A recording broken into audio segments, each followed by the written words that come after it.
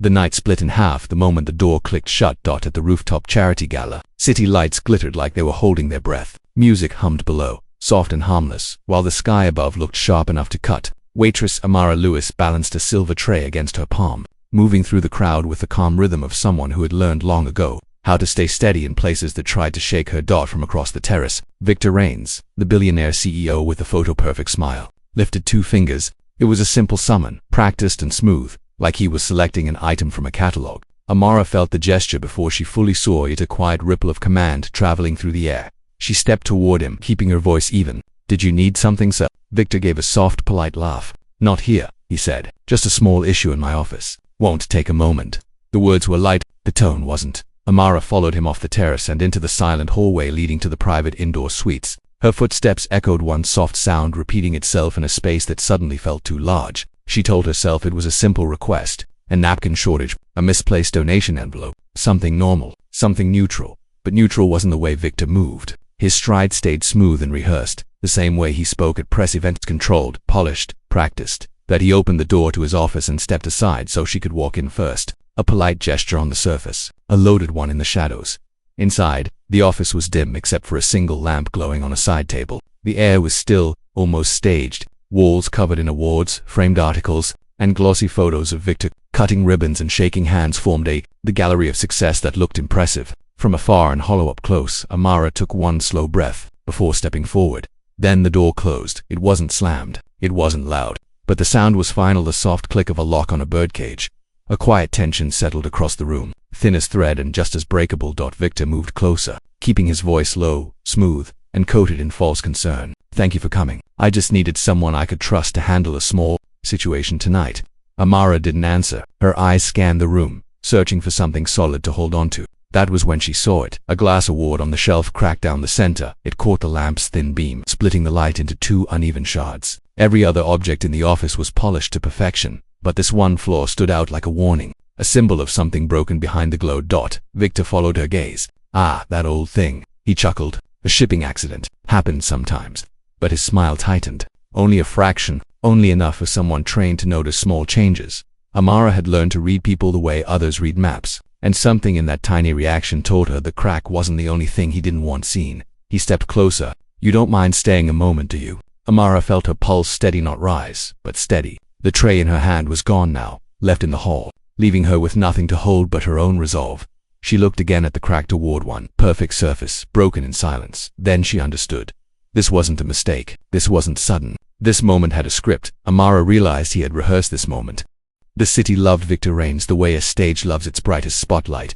Every billboard, every news story, every charity headline showed his face framed by cheers. He held classrooms together with donations, funded hospitals with grand speeches, and cut ribbons with a smile so smooth it looked printed, not lived. To the public, he wasn't just a businessman, he was the city's favorite success story. But the applause was a wall, not a window. From the outside, no one saw the cracks. Reporters followed Victor with soft questions, never the sharp kind. Photographers caught him helping children plant trees, handing out scholarships, or shaking hands with community leaders. Each moment was carefully shaped, like pieces in a puzzle meant to show only perfection. The city accepted the picture without asking what was in the shadows just outside the frame.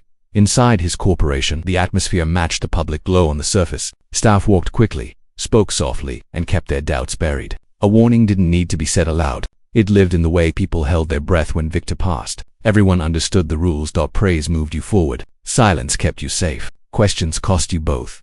Managers smiled too hard. Assistants nodded too fast. People acted grateful for things that should have been normal, like respect, like simple fairness. And whenever someone showed discomfort or uncertainty, Victor offered a polished grin that made every concern seem small, maybe even foolish. That shine was his shield, and it worked on almost everyone. Amara Lewis stepped out of Victor's office long after the door had unlocked again. Her breathing was slow, controlled. She walked down the hallway with the same steady rhythm she used at the gala, tray or no tray. On the outside, nothing seemed broken. No one watching her could have guessed what had happened behind the heavy wooden door. But inside, something sharp had lodged itself in her sense of safety. She didn't storm out. She didn't cry. She didn't run. She simply left, carrying only one object from the evening, a folded white napkin tucked into a pocket. It had come from the rooftop bar, plain and unused. She had grabbed it without thinking when Victor first summoned her, expecting to serve him a drink. It now felt like the only clean piece of the night. a simple square of fabric that hadn't been touched by lies or pressure or polished power. As she walked down the staff staircase to the street, she pressed a thumb against its edge. The napkin gave her a point of focus, a steady place to put her thoughts. In a world that demanded she stay silent or small, the quiet weight of that tiny square felt strangely grounding. Outside, the city glowed the way it always did, bright, open, welcoming. Streetlights washed the sidewalks in warm gold. Cars hummed by. Tourists snapped photos of skyscrapers built on money, ambition, and the belief that men like Victor held the whole place up. But Amara saw something different now.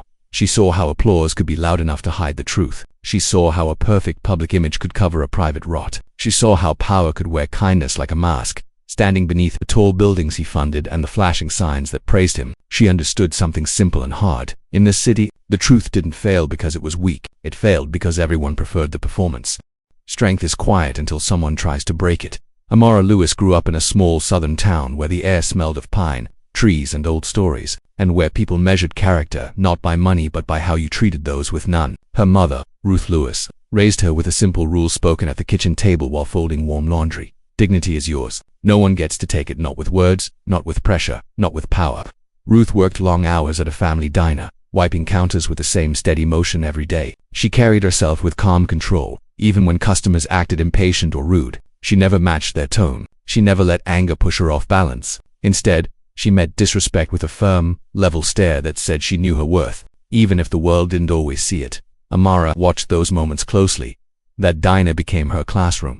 When Amara turned 13, she took her first job there, refilling glasses, taking orders, and learning how people showed who they really were when they thought no one important was watching. She discovered that the smallest gestures revealed the largest truths. A smile that was too tight, a compliment that hid a warning, a hand that lingered too long near the counter, the shift in someone's shoulders when they believed they had power over you. Her mother taught her not to panic at those moments, but to observe them. People tell you their intentions before they speak, Ruth said. You just have to see the signs. Steady hands help you see clearly. So Amara trained her hands, steady tray, steady voice, steady eyes. She learned to predict tension before it hit. She learned how to angle her body away without making a scene. She learned to stand tall without turning a workplace into a battleground. These lessons weren't dramatic. They were quiet tools sharpened by survival. Years later, when Amara moved to the city, those same skills stayed with her. They helped her navigate crowded restaurants, demanding customers, and supervisors who liked to test boundaries. She spotted hidden aggression before others noticed it. She recognized charm that carried danger beneath the polish. She learned who was safe and who wanted control. And on the night of the gala, when Victor Rains closed the office door behind her, she felt the echo of every lesson her mother had ever taught. His calm tone, his rehearsed smile, the slow steps meant to shrink her space, all of it carried signs she had memorized long ago. Nothing about his behavior was new. Nothing about his confidence surprised her. While fear tried to rise, training pulled her back down to solid ground. She remembered the diner, the rude customers, the quiet battles fought with posture instead of shouts. She remembered her mother folding napkins with sure fingers and saying, "Someone else's power only works if you forget your own." That memory became a shield. She didn't know yet how she would challenge Victor, or how deep the fight would go, but she knew one thing with complete, practiced certainty. Her past had given her a method for confronting men like Victor. The first wall she hit wasn't made of brick, it was made of smiles. The morning after the gala, Amara Lewis walked into the company's HR office with steady steps and a clear voice. She carried no anger, only truth. She expected resistance, but not the soft, polished kind that greeted her. The HR manager, a woman with perfect posture and a practiced, gentle tone, listened with a frozen half smile. Every nod seemed measured, like someone pretending to understand a language they had no intention of learning. "Thank you for letting us know," the manager said. "We'll review everything." But her eyes drifted to the clock, not to Amara. When Amara asked about filing a formal report, the manager's expression tightened by one controlled degree. "Oh, that won't be necessary," she replied. "It's best to handle sensitive matters quietly." For everyone's sake, a second wall, Amara insisted. She wanted a written record, a real report. The manager sighed, typed slowly, and printed a form for Amara to sign. The paper felt heavier than it should have, as if the truth itself was sinking. Hours later, the legal department called her in. The attorney who met her had a voice like cold marble, smooth, hard, and empty of warmth. He asked questions that circled around the incident without ever touching its center. He focused on the gala schedule, her work hours, the lighting in the hallway, the length of her shift. Not once did he ask what happened in the office. Then he folded the report, slid it into a file and said, "We'll take it from here." Another wall. 2 days passed. Nothing happened. When Amara followed up, the HR manager said the paperwork had gone missing. The attorney claimed it was being reviewed. The receptionist said HR was in a meeting. Each answer was polite. Each answer said nothing. The walls weren't loud. They were silent, smooth, invisible, still. Amara kept pushing. She visited the security office next, asking for footage from the rooftop hallway outside Victor's office. The guard on duty scratched his head and frowned at the screen. "That camera," he muttered. It froze the moment he walked up the hall. Must have glitched, a coincidence too sharp to be real. Amara felt her jaw tighten, but she didn't raise her voice. Instead, she watched the frozen frame Victor's figure halfway down the hall, one hand adjusting his suit jacket. The timestamp blinked USELESSLY. A broken camera, a missing report, a wall every direction she turned. Later that afternoon, as she retrieved her belongings from the break room, a quiet whisper reached her. Wait, a junior employee, small, nervous eyes darting toward the hallway, stepped close. She spoke so softly Amara barely caught the words. "He's done this before." The employee didn't stay. She walked away fast, shoulders tight, as if afraid of being seen standing still. The truth slid into place then, heavy and cold. This wasn't an accident. This wasn't her imagination. This was a pattern protected by power.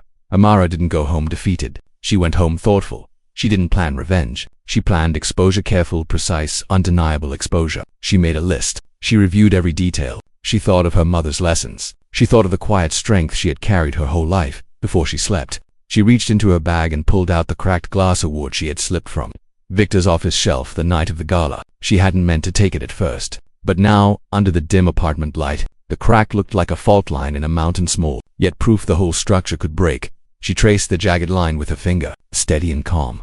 She kept it as evidence of his deeper fractures. Every trap reveals its maker when you study the pattern long enough. Amara Lewis began her search quietly, the same way Victor Rains carried out his power comm on the surface, calculated underneath. But unlike him, her purpose was not control. It was truth. She moved with steady intention, building a plan piece by piece, like an architect drawing lines no one else could see yet. Her first step was simple: track down people who had left Victor's corporation without warning. Some were easy to find: a former receptionist working at a local cafe, a temp employee now driving rideshare, an assistant who had moved to a small real estate office. Others took longer, but Amara was patient, and the stories aligned.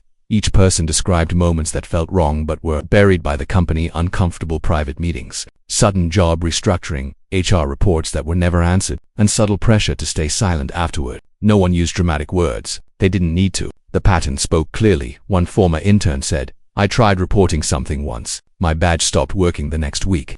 Another whispered, "They told me the security footage was corrupted. I didn't believe it either."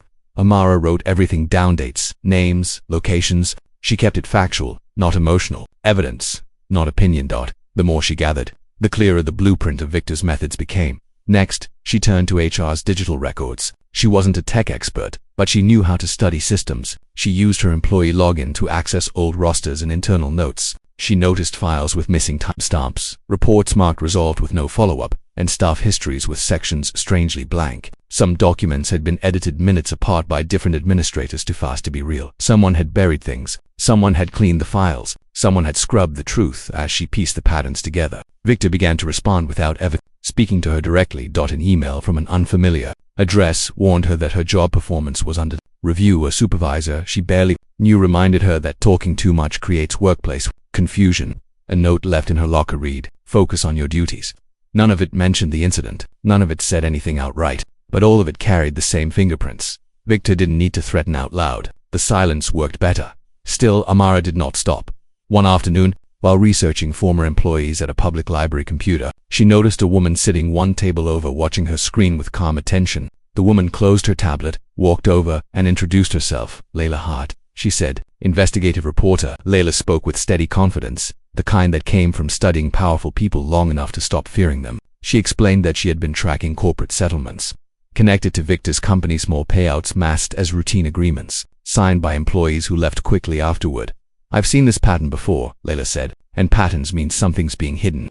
Amara didn't respond right away. She studied Layla the same way she studied everyone: posture, tone, intention. Layla wasn't selling a story. She was searching for truth. So Amara told her everything. Not every detail of the night, only what mattered. The door, the silence afterward, the walls she ran into, the employees who whispered warnings. Layla listened without interrupting, her eyes sharp, her notebook open. When the conversation ended, Layla said, "If you want to go forward, you won't be alone. But we need proof, real, undeniable proof." Amara nodded. She had been waiting for that sentence. From her bag she pulled out a wrapped cloth. Inside it rested the cracked glass award from Victor's office, the split running down its center like a scar the company had tried to hide. She placed it in Leela's hands. "Start here," Amara said, and the blueprint of the trap began to reverse itself. Pressure does not break a system, it reveals where it was already weak. Leela's heart worked like a storm front, quiet at first, then impossible to ignore. Her investigation moved through Victor Rains's corporation, the way wind moves through tall grass, pushing everything that had been standing to still. She started with financial records, buried in long spreadsheets and coded transfers. She found lines that didn't match the company's public image. Money labeled as staff support, transition assistance, and conflict resolution had been paid out to employees who left suddenly. Some amounts were small, some large, but all came from a private fund Victor controlled. Every payout matched a story Amara had collected. Every dollar was a silencing tool. Leela mapped the connections, creating a chart that looked harmless from far away, but dangerous up close, like cracks spreading under the surface of ice. Meanwhile, inside the company, whispers began to drift through hallways. A board member leaked a single sentence to a colleague over lunch. "Something is coming." An investor forwarded an article about corporate ethics to another investor with no comment, only a worried underline. The tension didn't speak loudly. It spread quietly, like pressure in the air before a storm. Victor noticed. He responded the only way he knew how, by tightening control.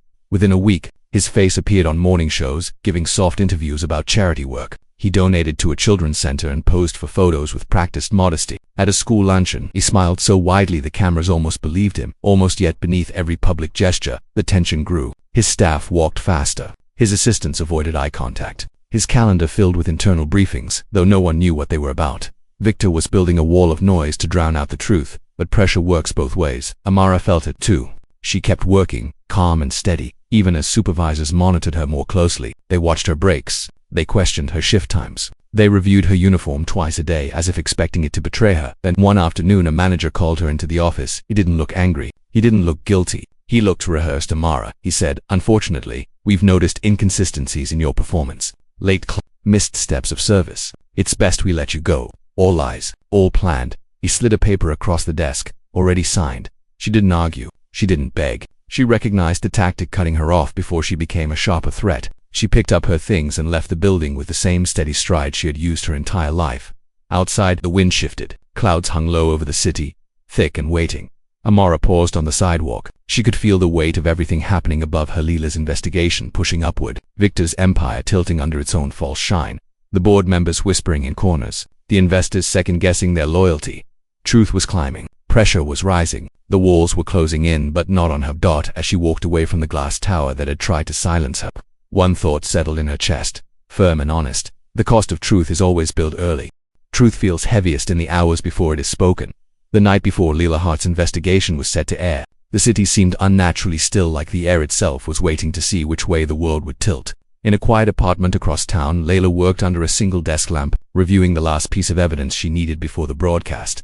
Her final source was a former executive assistant who had once walked with the confidence of someone close to power. Now she sat across from Leela, shaking, her guilt finally forcing its way to the surface. "I saw everything," the assistant whispered. "The files they hid, the calls Victor made after hours, the instructions to erase reports." Her voice cracked, not from fear, but from relief. She handed over a flash drive she had kept hidden for years, digital copies of HR memos that matched the patterns of silence Amara had uncovered. It was the final rod needed to hold the truth upright. Leila thanked her, sealed the evidence inside a folder, and whispered, "You're helping stop this." The assistant nodded, tears filling her eyes. Meanwhile, across the city, Amara Lewis sat at her small kitchen table with a stack of papers spread neatly before her. Every page was a piece of the painful puzzle she had built. Notes from former staff, dates of suspicious payouts, screenshots of missing records, time-stamped statements. She didn't rush. She reviewed each document slowly, letting the weight of her own courage settle into place. Then she reached for the white napkin she had kept since the night of the gala. The fabric was soft, unchanged, so simple, yet so powerful. It reminded her of where she came from, her mother's voice, her own steady hands, the quiet dignity she refused to lose. She held it for a long moment, letting it steady her heartbeat. Across town in a high-rise penthouse, Victor Rains finally sensed it, pressure he could no longer control. A call from a board member had warned him, "Journalists are asking questions, serious ones." He acted fast. Near midnight, Amara's phone buzzed. A private number. She knew who it was before she answered. Victor's voice was smooth, but the edges were cracking. "Amara," he said, "we should talk. Off the record, we can settle this quietly. No need for a spectacle. I can make things easier for you." For a moment, the apartment was silent except for her breathing. Then she said, "I'm not interested." Victor paused. "You don't understand what's coming." "I do," she replied. "That's why I'm speaking." The call ended. The next morning, bright studio lights illuminated the interview set. A single empty chair waited under them, sharp, honest, impossible to hide in. Amara stepped forward, shoulders straight, napkin in her pocket. She chose the interview chair instead of his offer. The truth didn't enter the city quietly, it arrived under bright studio lights. When the broadcast began, millions of screens flickered on at once. Living rooms, break rooms, cafes, taxis, every corner of the city lit up with the same image. Investigative reporter Leela Hart, standing before a wall of documents and timelines. Her voice was calm, but the edges carried weight. "Tonight," she said, "we examine allegations of misconduct and systemic silencing inside Raines Corporation." The opening line moved through the city like a tremor in a modest apartment across town. Amara Lewis sat in the interview chair, facing the camera. Her posture was straight, her hands folded neatly, the familiar white napkin tucked in her pocket like a promise she had made to herself. The lights were bright, yet she didn't flinch. Leela's first questions were simple, precise, designed to guide viewers step by step. "Amara, can you tell us what happened the night of the charity gala?" Amara spoke clearly, each sentence shaped with caution and truth. She described Victor summoning her, the atmosphere shifting, the door closing behind them. She avoided dramatic language. She avoided anything that could be twisted. Her strength came not from volume, but from clarity. He tried to use his position to control the moment. She said, "He expected silence after. He expected me to accept it." Her words hung in the air, calm, controlled, undeniable. Next came the supporting evidence. Former employees appeared on screen, their faces blurred but their voices steady. "One wrong question and you were reassigned. They pushed me out when I filed a complaint. They said the camera malfunctioned, but it only malfunctioned when he walked by." None of them spoke in anger. They spoke like people finally allowed to exhale. Leela displayed financial documents showing settlement payments disguised as routine company expenses. She revealed timestamps proving HR records had been altered. She connected each thread carefully, building a picture that could no longer be hidden. Then came the moment that froze viewers across the city. Leela lifted the cracked glass award, the one Amara had taken from Victor's office. Under the studio lights, the fracture line glowed like a fault slicing straight through his public image. This award, Leela explained, was displayed in Victor Raines's private office. Former staff describe it as a symbol of how he wanted to be seen, flawless, generous, respected. But even here, perfection had a crack. The camera zoomed in. The fracture caught the light and split it into uneven shards, half bright, half shadow. In a penthouse above the city, Victor Raines watched the broadcast alone, his jaw locked, his fingers curled against the armrest. He said nothing. His phone buzzed again and again, board members, lawyers, public relations staff, but he didn't answer. The cracked award glowed on the screen like a confession. Amara continued speaking, her voice calm despite the storm she knew she was stepping into. "I came forward because silence helps people like him," she said. "I won't let that silence be mine." The city seemed to pause, not in disbelief, but in recognition. Many had seen hints for years but had looked away. Now the pattern could no longer be ignored. Leela ended the segment with a simple line. "More developments are expected tomorrow." Then the broadcast cut back to the newsroom for a heartbeat. The entire city held still. Then the silence broke. Phones started ringing in offices. Board members called emergency meetings. Former employees contacted journalists. Neighbors knocked on neighbors' doors. Social feeds lit up with questions, statements, outrage, and encouragement. And somewhere deep in the city, under the weight of truth finally spoken aloud, the first cracks appeared in Victor's empire. Sunlight doesn't ask permission before exposing what was hidden. The morning after the broadcast, the city woke with a different kind of energy. Sharp, alert, unblinking. Headlines spread faster than traffic. Phones buzzed non-stop, and inside the skyscraper that once treated Victor Raines as untouchable, the board of directors held an emergency meeting before the coffee even cooled. By noon, the decision was public. Victor Raines was suspended. The announcement hit the news with the force of a long-held truth finally spoken. Reporters swarmed the building. Investors demanded answers. The polished confidence of the company's leadership cracked under pressure they could no longer redirect. Within hours, investigators from multiple agencies arrived with subpoenas. HR managers were questioned about missing reports. Record staff were ordered to hand over login logs and alteration histories. Legal teams scrambled to explain the payouts Leela had exposed. Employees who once whispered in fear now stepped forward under new protections established almost overnight. People who had been silent for years found a line of investigators waiting to hear them. For the first time, the company didn't feel like a fortress. It felt like a structure finally forced to open its windows. Meanwhile, the community rallied behind Amara Lewis. Neighbors left small notes on her doorstep. "Proud of you. You're not alone. Thank you for speaking." Former co-workers called to apologize for not supporting her sooner. Local organizations reached out, offering resources, safety, Solidarity. Amara didn't seek attention, but attention found her, not because she wanted to be the center of a story, but because her quiet strength had become impossible to ignore. People saw the way she carried herself, not loud, not desperate, not seeking revenge, just steady, just honest, just firm in her right to dignity. Her story became a beacon, not by design, but by necessity. Across the city, a penthouse that once held the illusion of complete control, Victor prepared a statement. Cameras flashed as he stepped in front of them, wearing the same crisp suit he had worn for charity events, but something in his posture had changed. Less height in his shoulders, less certainty in his eyes. "My intention was never to cause harm," he said slowly. "I regret any misunderstandings. I ask the public to reserve judgment while we cooperate with the investigation." The words were careful. The tone was controlled, but the fear behind them was unmistakable. No reporter clapped. No audience cheered. The city listened without sympathy. Victor Rains had relied on darkness for too long now. The light was everywhere, and as the day drew to a close, as investigations deepened and the company restructured in real time, a single truth settled over the city like a verdict. Institutions don't change on their own. They change only when someone forces a light into their corners.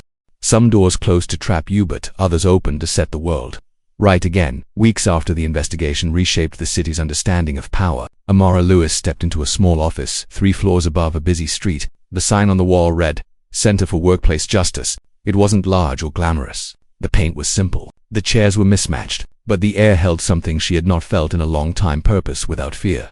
The director, a woman with kind eyes and a steady voice, offered Amara a position helping employees file reports safely and understand their rights. It wasn't glamorous. It wasn't loud. It was real work that protected real people. "We believe you'd be a strong advocate," the director said. Amara nodded. "I just want to help others find their voice." She accepted the role. The moment felt quiet, but beneath the surface, it was powerful, like a seed planted where a broken system had once stood. The dignity she fought to keep now became the dignity she helped others restore. Across town, a crowded auditorium buzzed with applause as Leela Hart stepped onto a stage to accept a journalism award. Cameras flashed. The screen behind her showed documents and the cracked glass award that had become a symbol of the investigation's impact. But when she spoke into the microphone, her first words weren't about her research or her courage. "This honor belongs to Amara Lewis," Leila said. "Her truth made this possible." She opened the door. The rest of us walked through. The audience rose to its feet. Amara watched the speech later that night on her laptop, sitting in her small apartment with the window open to the cool air. She didn't smile widely, but a soft, calm pride warmed her chest. She had never wanted fame, only fairness. And now fairness felt a little closer, not only for her, but for others who had been afraid to speak.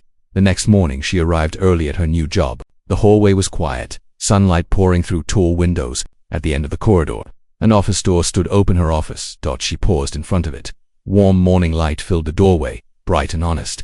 Dust particles drifted in the beam like tiny lanterns. The scene was simple, but it carried the weight of a final symbol. This door opened eyes. No tricks, no pressure, no danger. Just a space waiting for her to help others step forward. Amara stood in the light, the napkin in her pocket, the past behind her, the road ahead wide and clear. She stepped through the doorway, a reminder that dignity can be reclaimed, that truth can shift the balance of power, and that one open door can widen the world for everyone who follows.